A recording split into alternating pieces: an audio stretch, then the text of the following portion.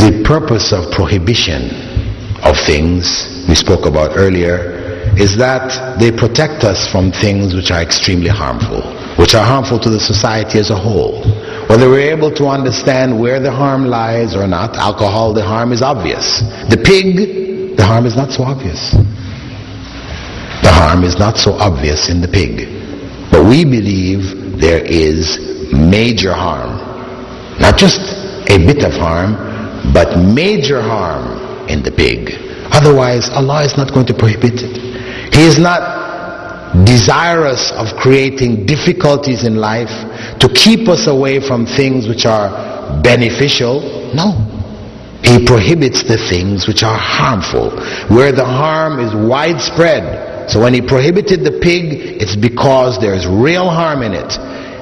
Not just the trichinosis that we have discovered, or the fact that the pig has a lot of fat and the body cannot break down pig fat, though it can break down cow fat and sheep fat and the others, but the pig fat, we don't have the enzymes to break it down to its lowest components, so it is redeposited in our system, in our blood vessels and things like this, and doctors recommend to stay from it if you have, problems with clogging of the arteries, all these type of things. We can see all that, but people can always say to you, what if we raise a hygienic pig?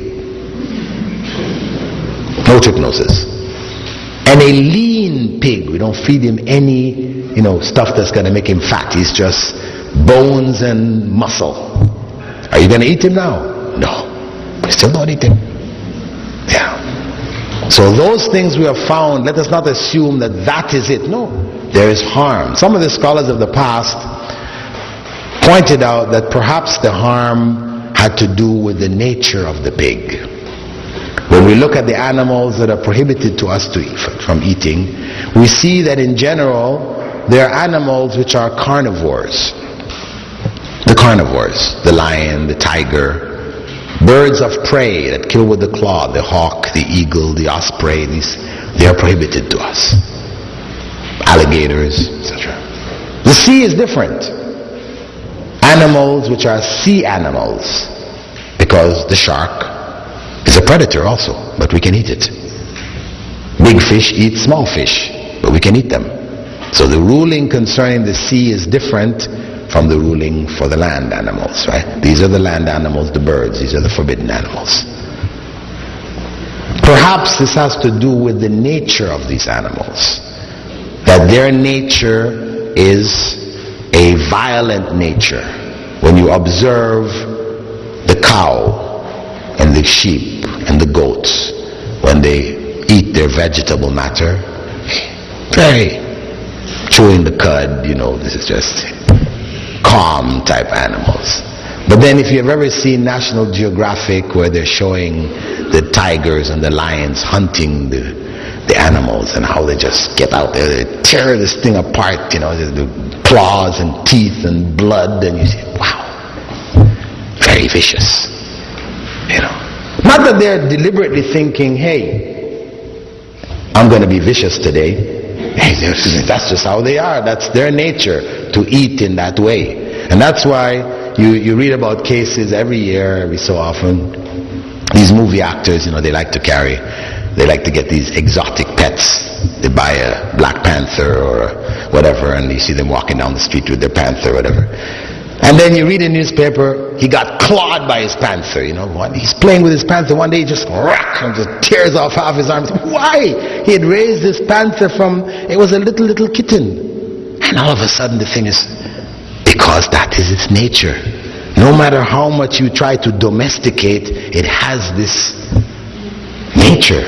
Similarly, for the lion tamers, this is a very high-paid profession. Because the high point of the lion tamer show is when he gets the lion up there and he opens up his jaw and he puts his head and everybody says, whoa, look at that boy. No way you get me doing one of those, right?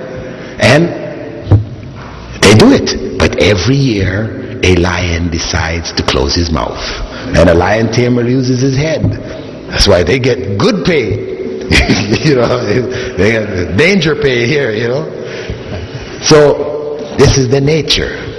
And anybody who has observed the pig, go to a pig farm and observe the pig. Its nature is filthy. It just loves filth. You put him in a clean area, he will wallow in his own feces, and yes, that is the nature of the pig. However you try to keep him, he loves filth. So, as they say, you are what you eat. There's a famous German nutritionist, he started that statement, you are what you eat. That's the bottom line. You're eating the pig, you're building yourself up with the pig, his enzymes, his protein, his genes. Your body's breaking it down and remaking itself. It is affecting you. It is affecting you. Allah knows. This could very well be the essence of it. Now some people say, hey, the pig, why did Allah make the pig then? And of course Muslims, people who are raised as Muslims, who have lived lives as practicing Muslims, who have never eaten the pig, in their mind, the pig must be nasty tasting. Well, to be honest, I was raised a non-Muslim, and my parents used to cook up pork, and it tasted good. It didn't taste bad, it tasted nice, and that's why it's popular. So it's not about it being nasty tasting. No, not at all. So the people ask, well then why did Allah forbid it? If we discount this other element, right, of you being what you eat and all the other things, right? We say, hey, observe the pig. The pig is a garbage disposal unit, a living one. You got garbage, filth, whatever, the pigs go, they clean it up for you. So, that's his job, that's his role. And you don't have to eat everything Allah made. Do we eat flies? People could argue, why don't we eat the fly? We don't have to eat the fly. He has a job, he does his job, he's very important.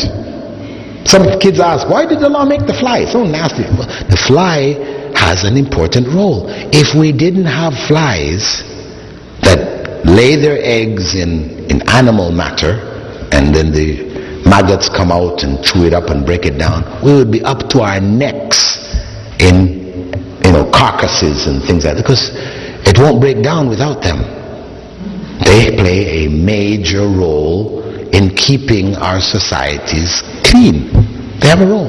We don't go eating them. We don't have to eat them. We see what their job is, and common sense tells us we don't have to eat it. We don't eat it. Technically speaking, if you wanted to eat a fly, nobody could say it's haram. You realize that, right? I'll just clarify that in case you wanted to people who eat flies, right?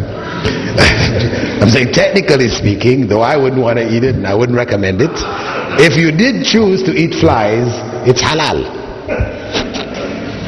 But we don't eat it. Okay?